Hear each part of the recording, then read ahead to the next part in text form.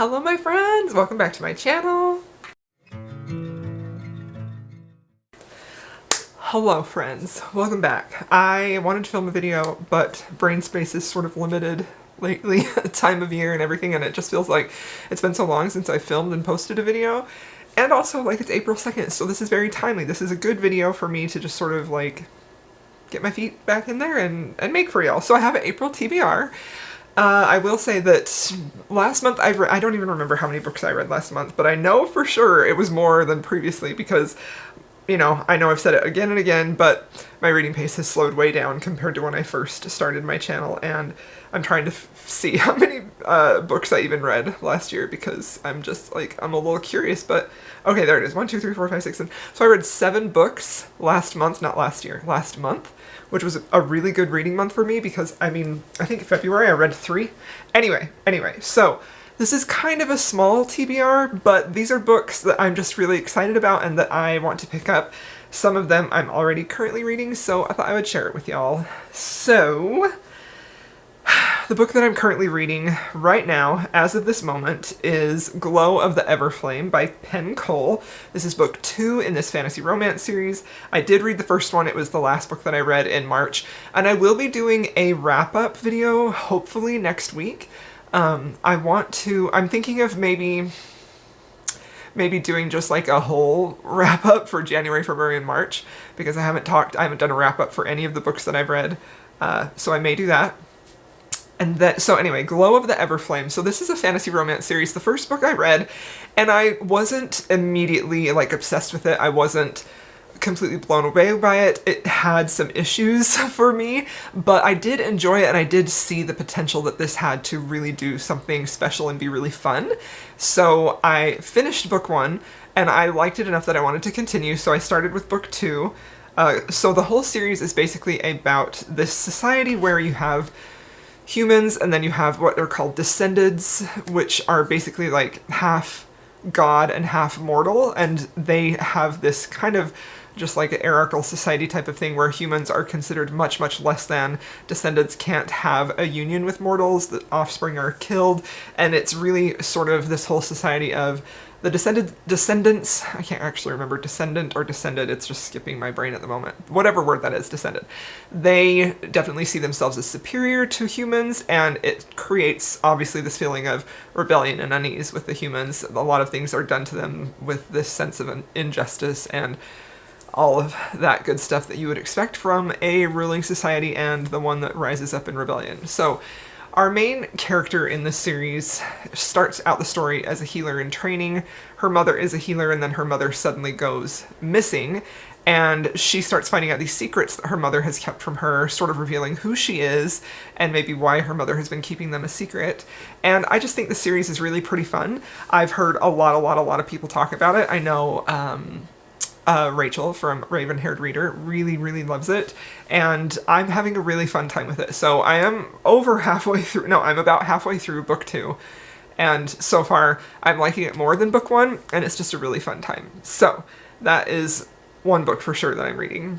Okay, another book that I really want to get to in April is Project Hail Mary by Andy Weir. This book is very beloved. A lot of people really love this book. Some people don't like it, but I am really in a sci-fi mood right now, and I want to give this one a shot and see how I feel about it. So this one is happening for sure. I honestly don't know much about the plot of this one, but I have the audio of it, which I heard is like the best way to listen to it, that the narration is fantastic. So I'm very excited about that one. I've had the audio of this for a while, but I kind of feel like I very rarely am in a sci-fi mood, but this year I've really kind of been digging it, so I think it's appropriate to have it on the TBR for this month. So, okay, another book that I want to get to is The Notorious Lord Knightley by Lorraine Heath. I was caught up with this series, and then I kind of fell off of it. So I think this one is the Chessmen series, and I believe this one is book 3.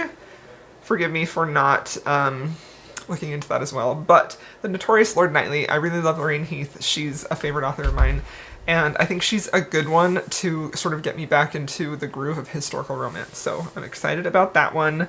Speaking of historical romance, I have 2 arcs that come out in April 23rd, that I want to try and read before then. I'm not gonna, like, kill myself if I don't if I'm not in the mood or if I'm not feeling it. I requested these months and months and months ago and just never got to them, but now they are coming out in April and I really, really want to try to get to them because these, again, are two authors that I really love. So one is My Season of Scandal, which is part of the Palace of Rogues series by Julie Anne Long. I love this series so much. It's so much fun and just very romantic and great characters. It's one of my favorite historical romance series. I just love it so much. So I'm very, very excited about that one. And then the other one is The Stranger I Wed by Harper St. George. Harper St. George, I feel like, is a real wonderful up-and-coming historical romance author. I say up-and-coming only because she hasn't been writing for as long as, like, the big dogs like Lorraine Heath and Sarah MacLean and stuff like that. As far as I'm aware. I could be wrong. But I've really enjoyed this series, particularly, like, I think most of the time each book in it is a little bit stronger. And I actually don't even know if this is in the same series or if it's in a new one. Anyway, this one comes out April 23rd. Excited about it. Can't wait to read it.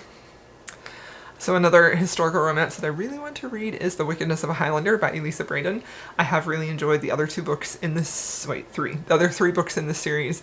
I think this one just barely came out and there's been a really long wait for this, so I have tried to avoid, like, hearing any opinions on this, even though I'm late in reading it, only because, you know, a lot of the times if I hear, like, someone says, oh, I was disappointed by it, including y'all in the comments, or especially if I hear, oh, it wasn't as good as I thought it would be. Like, I hate hearing that about a book that I'm excited about, you know? So if any of these books you didn't like or were disappointed by, just, like, don't tell me, okay?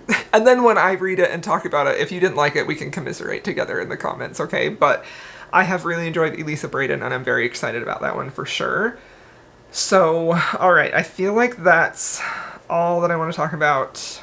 I was going through my Kindle and my Audible library, because another thing that I've been doing a lot lately is just buying less physical copies of books. Because my library is overwhelmed with books. I need to purge some to make shelf space. I just don't have enough room for them. And I also like going through how much money I spend on books. Like, your girl needs to take a little break, you know? Anyway, so these are some physical copies of books that I have that I want to read. There are so many books that I want to read. Like, I feel like there are so many fantasy books that I am just, like, so interested in, and I don't have an awful lot of them on this TBR. Well, I have some fantasy romances, but anyway, this book is actually a YA book, Defy the Night by Brigid Kemmerer. I think that's how you say her name, I'm not sure. Kemmerer. Anyway, she wrote a series several years ago that I really liked that was sort of like a Beauty and the Beast, A Curse So Dark and Lonely, I think is what it was. I really liked that. I only read the first book. I didn't continue on with it, which is something that I typically do. So, y'all should be proud of me for continuing on with the Everflame series, because that usually means I really liked the book if I continue the series, you know? Like Jade Legacy, which is still my obsession, the Greenbone Saga. I'll be talking about that a lot in a video coming up, but this one sounds really fun. It sort of sounds like a fantastical version of, like, Robin Hood, because it sounds like there is this really mysterious sickness that's killing a lot of people. A lot of people are suffering. The only thing to cure it is the Moonflower Elixir. It's saved for the wealthy. So every night, the apothecary apprentice, Tessa, she goes out, she defies the royal edict and sneaks out, stealing moonflower petals, leaving the elixir for those in need. And then she ends up meeting up in this, it says, when an act of unspeakable cruelty bring Tessa and Prince Korik, who serves as the king's justice, so he meets out punishment to people like what Tessa's doing. They end up meeting up in some act of unspeakable cruelty, I don't know what that is. And they're confronted with an impossible choice and a surprising spark. Will they follow their instincts to destroy each other, or will they save the kingdom together and let that spark ignite? So I think that sounds great. I think she's just such a fun writer, a really good storyteller, and I mean, again, I only read A Curse So Dark and Lonely, but I loved it. Like, I freaking loved it. I was obsessed with that book, so I'm super excited about this one.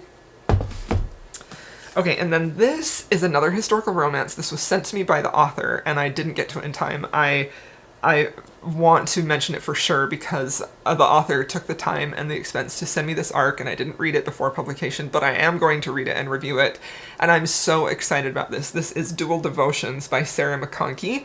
This is a I'm going to call it a clean romance, even though I know there is some discrepancy with that. But I don't know that Closed Door or Fade to Black would suit this, because I don't know that it necessarily has a moment leading up to and closing the door, you know? So don't come for me. I don't mean that in any type of negative judgmental way when I say clean romance, okay? So this is basically about two families who want their children to marry one another, and then the boy's family ends up like getting sent to debtor's prison. Like, everything happens, secrets are revealed that they are deserving of going to debtor's prison, and he ends up separated from the girl. He goes and makes his fortune, becomes a self-made man, comes back and meets the heroine. So it's a very classic historical romance setup. We've read that in a lot of books. Like, I can think of at least 3 or 4 off the top of my head, but I am really excited to see how this author takes that and runs with it. And I really love this type of historical romance. I think they're very character driven. They really take a lot of time to develop the personalities of the character and walk you through the love story and the life experiences they're going through, both for the hero and the heroine. So I'm really, really excited about this, and I just think the cover is really beautiful. Even though it's a Real People cover, I don't even mind, because I think it's quite stunning. I don't mind Real People covers at all, but I know some people do. But like, I love the font. I just think it's so pretty. So very excited about that. Okay, and then this book is, I picked this for a book of the month before I had even heard anything about it.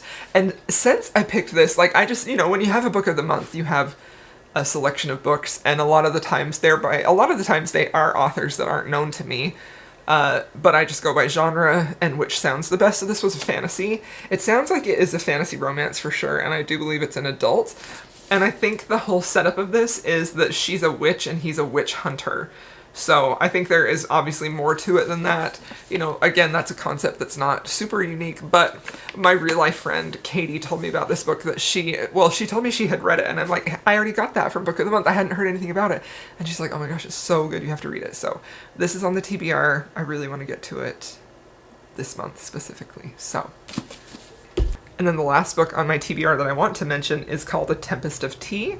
This is a YA fantasy, and this is, so I actually started listening to this audiobook, and the audiobook was really, really good. This was recommended to me by Lindy on Instagram, and I did not know that it has vampires in it. So it seems like it's in a slightly historical setting. There is some element of magic with tea, and then it has vampires, so I'm excited about that. Anyway, that's a lot of books, definitely more than I'll be able to get to, but a lot of good options. So let me know what book you're looking forward to reading in April, and let me know which of these you would most like to hear a review from me on. And if you have made it this far in the video, please feel free to leave me a green heart for spring, and I'll see y'all next time.